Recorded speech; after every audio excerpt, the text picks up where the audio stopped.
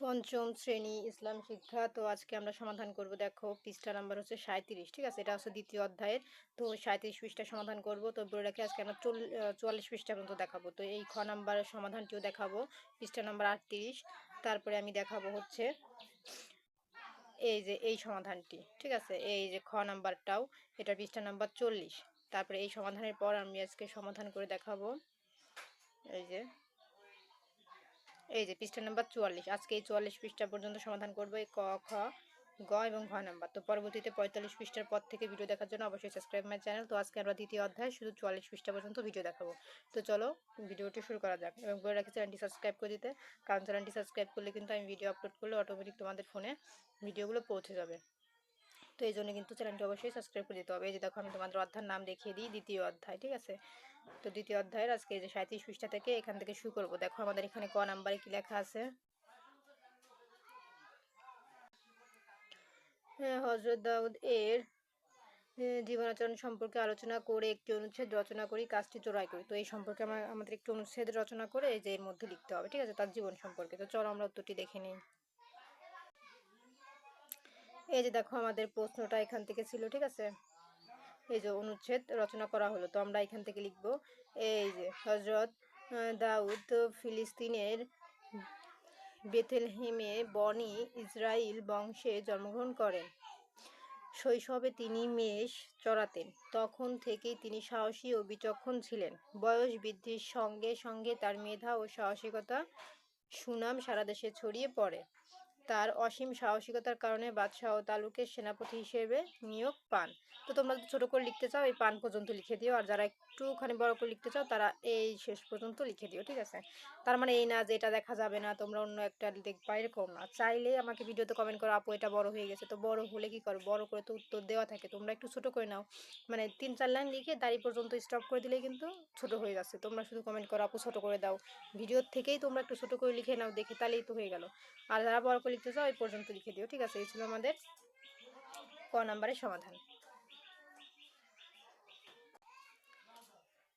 তো দেখো আমাদের কিন্তু এটার উত্তর কমপ্লিট। আমি যেটা দেখিয়েছি তোমরা এর মধ্যে লিখে নিও, ঠিক আছে? এটার পরে চলে যাবো আমরা খ নাম্বারে। দেখো খ নাম্বারে কি লেখা আছে।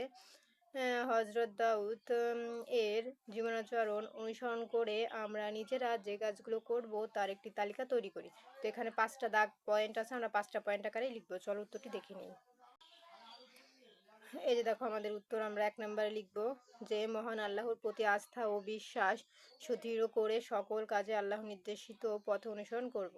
2 নম্বরে লিখব আমাদের বিভিন্ন অর্জনের জন্য আল্লাহর প্রতি কৃতজ্ঞতা প্রকাশ করব। 3 নম্বরের ঘরে লিখব আমাদের পিতামাতা ভাই বোন আত্মীয় স্বজন ও প্রতিবেশীর সঙ্গে কথা কাজ ও আচরণ সর্বদা সৎ থাকবে।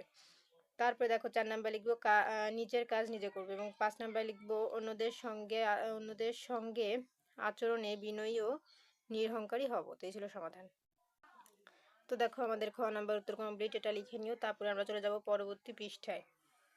তো পরবর্তী পৃষ্ঠা হচ্ছে আমাদের 40 পৃষ্ঠা। দেখো ক নাম্বার আমাদের একটি প্রশ্ন আছে যে হযরত ঈসা এর জীবনাচরণ সম্পর্কে আলোচনা করে একটি অনুচ্ছেদ রচনা লিখি, কাজটি জোড়াই করি। তো চলো আমরা এর একটি অনুচ্ছেদ লিখি তার জীবন সম্পর্কে। তো এই যে দেখো আমাদের সমাধান, হ্যাঁ, এই যে করে রচনা করা হলো।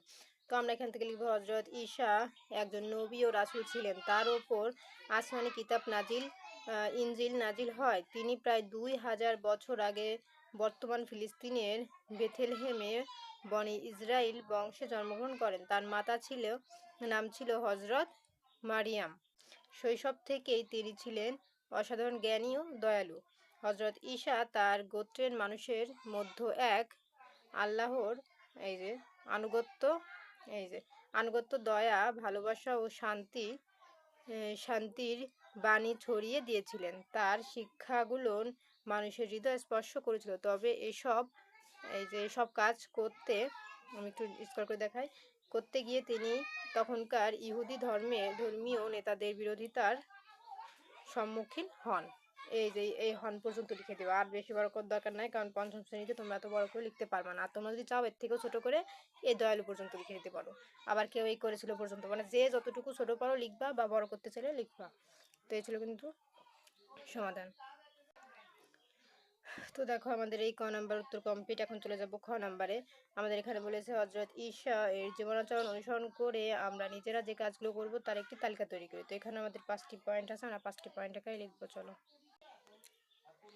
এই যে দেখো আমাদের উত্তর। 1 নম্বরে লিখবা মহান আল্লাহর প্রতি তার অগাধ বিশ্বাস ও আনুগত্য সহ অন্যান্য মহৎ গুণাবলী আমরা অনুসরণ করব। 2 নম্বরে লিখবা সকল মানুষের প্রতি সহানুভূতিশীল হব, তাদের দুঃখ কষ্ট দূর করার চেষ্টা করব, অসুস্থ রোগীর সেবা করব।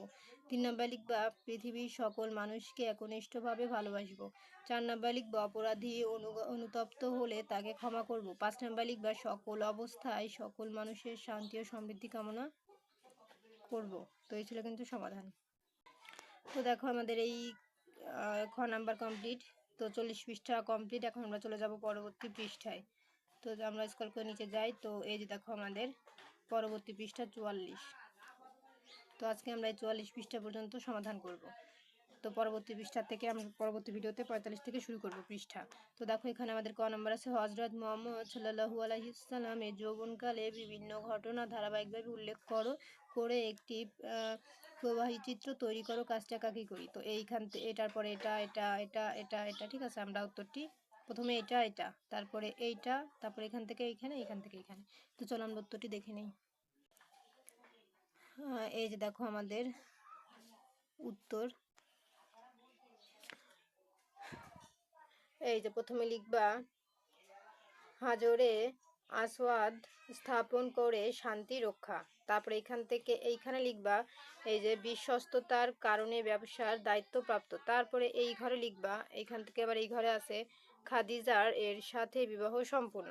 তারপরে এখান থেকে আবার এইখানে নিচে নেমে এখানে আছে জাবালে নূর পর্বতের হেরা গুহায় ধ্যান শুরু। তারপরে এইখান থেকে আবার এইখানে লিখবা 610 খ্রিস্টাব্দে 40 বছর বয়সে নবুয়ত লাভ। তারপরে এই ঘরে আবার হবে নবুয়ত পাওয়ার পর ইসলামের প্রচার শুরু। এই ছিল কিন্তু সমাধান। এই ক নাম্বারের উত্তরের পর আমরা চলে যাব খ নাম্বারে। দেখো খ নাম্বারে আমাদের লেখা আছে যে হযরত মুহাম্মদ সাল্লাল্লাহু আলাইহি সাল্লাম যৌবনকালের আদর্শ অনুসরণ করে আমরা নিজেরা যে কাজগুলো করব তার তালিকা তৈরি করব। তো এখানে আমরা 5টি ঘর দেওয়া আছে, আমরা 5টি লিখবো। চলো উত্তর দেখে নিই। এই যে দেখো আমাদের উত্তর। এই যে 5টি ঘর ছিল, আমরা 1 নম্বর ঘরে লিখবো ক্ষমা, উদারতা, ধৈর্য, সহিংসতা, সততা, দয়া, মানবতা ও মহত্ব ইত্যাদি গুণাবলী অনুশীলন করব। 2 নম্বর লিখবা সুন্দর চরিত্র ও ন্যায়পরায়ণতা অনুশীলন করব। 3 নম্বর ঘরে লিখবা সর্বদা সমাজে নিপীড়িত ও সুবিধাবঞ্চিত মানুষদের পাশে দাঁড়াবো। 4 নম্বর লিখবা এতিম, বিধবা ও দরিদ্রের প্রতি দায়িত্বশীল ও উদার হব। 5 নম্বর লিখবা নৈতিক গুণাবলী ও মূল্যবোধ চর্চা করব। এটাই ছিল সমাধান। তো দেখো এই ছিল আমাদের ক্ষয়ের সমাধান। তারপরে ক্ষয়ের পরে চলে যাব আমাদের দেখো আমাদের গ নাম্বার লেখা আছে হযরত মুহাম্মদ সাল্লাল্লাহু আলাইহি সাল্লাম এর নবুয়ত প্রাপ্তি সম্পর্কে জোড়ায় আলোচনা করে সে সম্পর্কে নিজের ভাষায় একটি অনুচ্ছেদ লিখি। ঠিক আছে, তো চলো আমরা এর মধ্যে কি বলবো উত্তরটা দেখে নেই। তো এই যে দেখো আমাদের অনুচ্ছেদ দেওয়া হলো। উত্তর থেকে লিখবা তরুণ বয়স থেকে হযরত মুহাম্মদ সাল্লাল্লাহু আলাইহি সাল্লাম মানুষের মুক্তি ও শান্তির জন্য এই যে ভাবতেন। তখন আরবের মানুষ মূর্তি পূজা, শিরক, ঝগড়া বিবাদ, যুদ্ধ বিগ্রহ ইত্যাদিতে জর্জরিত ছিলেন।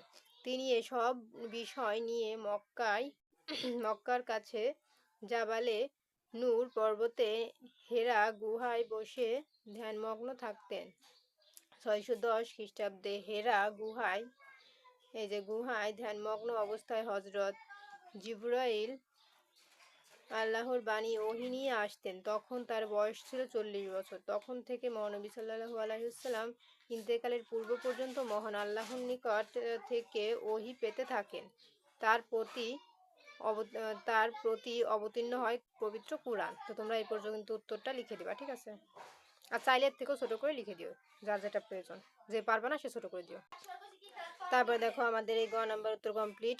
এখন গ নাম্বারের পরে দেখো আমাদের ঘ নাম্বারে কি লেখা আছে যে ছবি ও ভিডিওতে হিজরতের বিভিন্ন ঘটনা দেখে হিজরত সম্পর্কে আলোচনা করি এবং মহানবী সাল্লাল্লাহু আলাইহি ওয়াসাল্লাম প্রদত্ত শিক্ষা সম্পর্কে একটি পোস্টার তৈরি করি। কাজটি দলে করি। ঠিক আছে,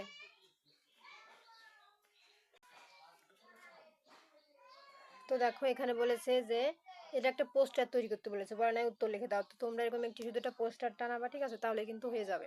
তো আজকের মতন এই পর্যন্তই। পরবর্তীতে হচ্ছে আমাদের এই 45 পৃষ্ঠা থেকে ভিডিও দেখার জন্য অবশ্যই সাবস্ক্রাইব মাই চ্যানেল।